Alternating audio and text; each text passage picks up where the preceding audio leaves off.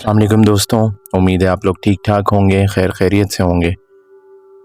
दोस्तों, जो मैं आप लोगों के साथ किस्से जो सच्चे वाक़यात शेयर करता हूँ, मुझे अपने कमेंट्स में बताया करें कि आपको मेरे तमाम किस्से और तमाम स्टोरीज़ कैसी लगती हैं। और अगर आप लोगों के साथ भी कोई ऐसा सच्चा वाक़या या कोई किस्सा हो तो वो स्टोरी मेरे साथ शेयर किया करें। दोस्तों, आज जो मैं आप लोगों के साथ स्टोरी शेयर करने जा रहा हूँ वो इंडिया दिल्ली से है, मनोज की। मनोज एक स्कूल में जॉब किया करता था।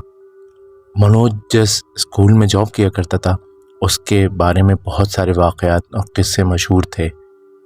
कुछ लोग कहा करते थे कि वहाँ राहत में गुज़रते हुए तरह तरह की आवाज़ें और कभी कभी कोई सरकटा भी दिखता है।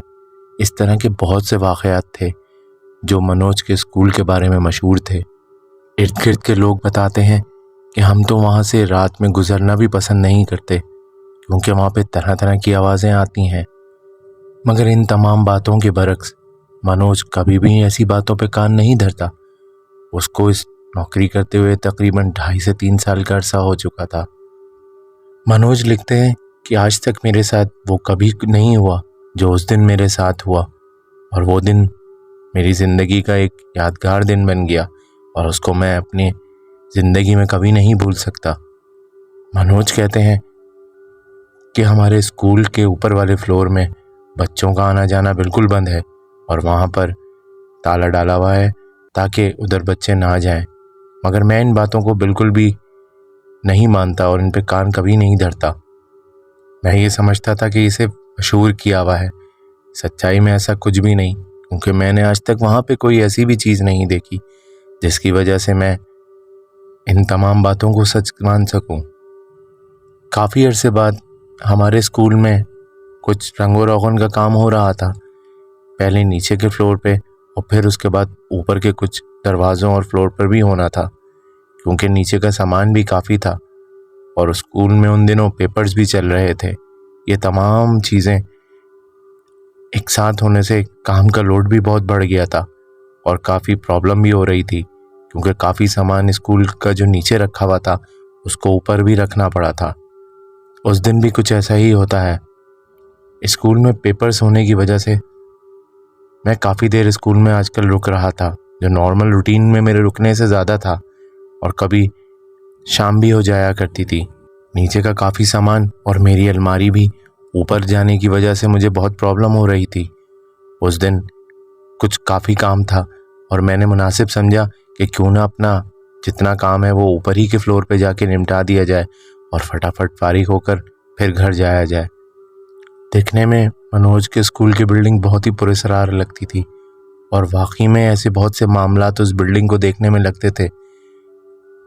ये वाकई बहुत पुरस्कार हो, क्योंकि ऐसे तमाम जगह जहाँ पे ऐसे वाक़यात होते हैं उनकी पुरस्कारियत बहुत बढ़ जाती है और ऐसी बिल्डिंग्स या ऐसे घर दिखने में बिल्कुल अलग ही रखते हैं। मनोज ऊपर के फ्लोर पे बैठा अपने काम में मशगूल था।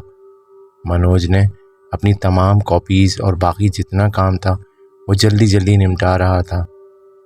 स्कूल तकरीबन सभी जा चुके थे और कोई भी इस वक्त नहीं था, मगर मनोज के पास क्योंकि पूरे स्कूल की तमाम चाबियां भी हुआ करती थीं और ये जिम्मेदारी भी मनोज के ही पास थी, तो मनोज को इस बात की बिल्कुल भी फिक्र नहीं थी कि स्कूल कौन लॉक करेगा या कोई और मसला हो।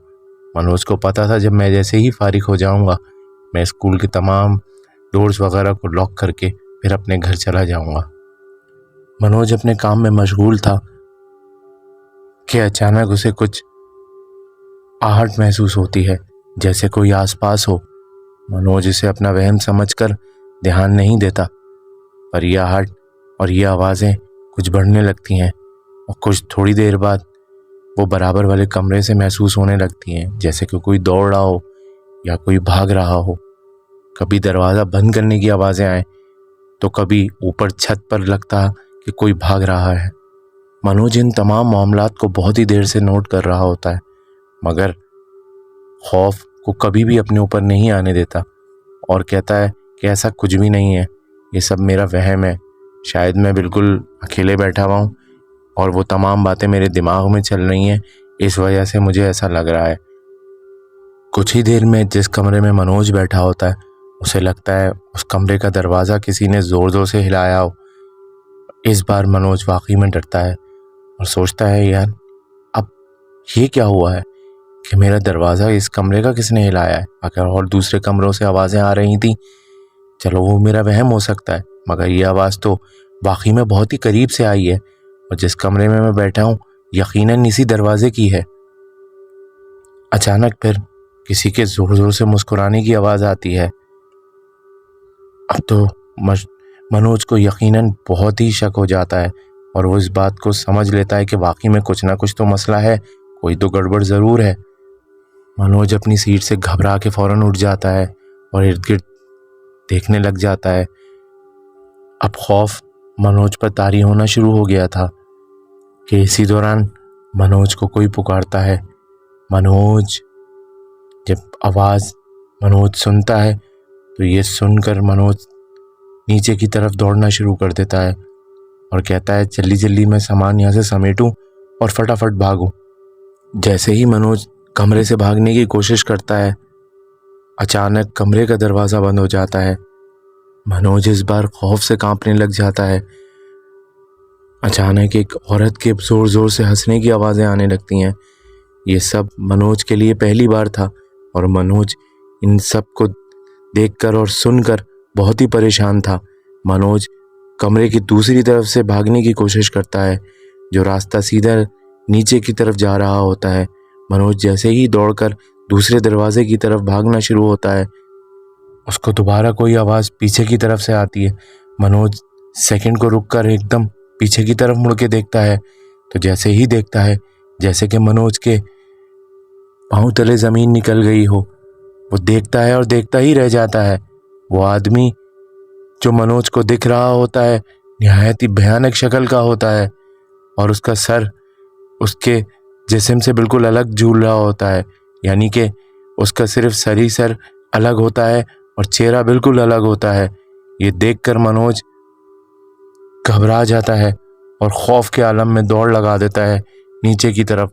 मनोज जैसे तैसे भागता हुआ तमाम दरवाजे, तमाम चाबियों को बिल्कुल साइड करके एकदम स्कूल से बाहर निकल जाता है। उसको कोई भी होश नहीं होता कि वो दरवाजे बंद करे या स्कूल को लॉक करे और जल्द से जल्द स्कूल की हदूद से बहुत दूर निकल जाता है। भागते भागते मनोज थक जाता है, फिर खौफ से फिर उठता है और जल्द से जल्द अपने घर पहुंचता है और घर पर जाके जल्दी से दरवाज़ा बंद कर देता है।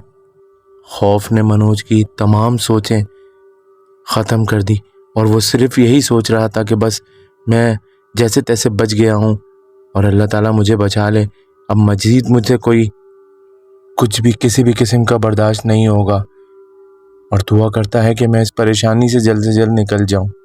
मनोज फ़ौरन ही फ़ोन लगाता है ऑफिस मैनेजमेंट को और स्कूल की जितनी इंतज़ामिया है उनमें जिसके भी फ़ोन लगता है उनको फ़ोन कर कर तमाम सूरत हाल से आगाह करता है।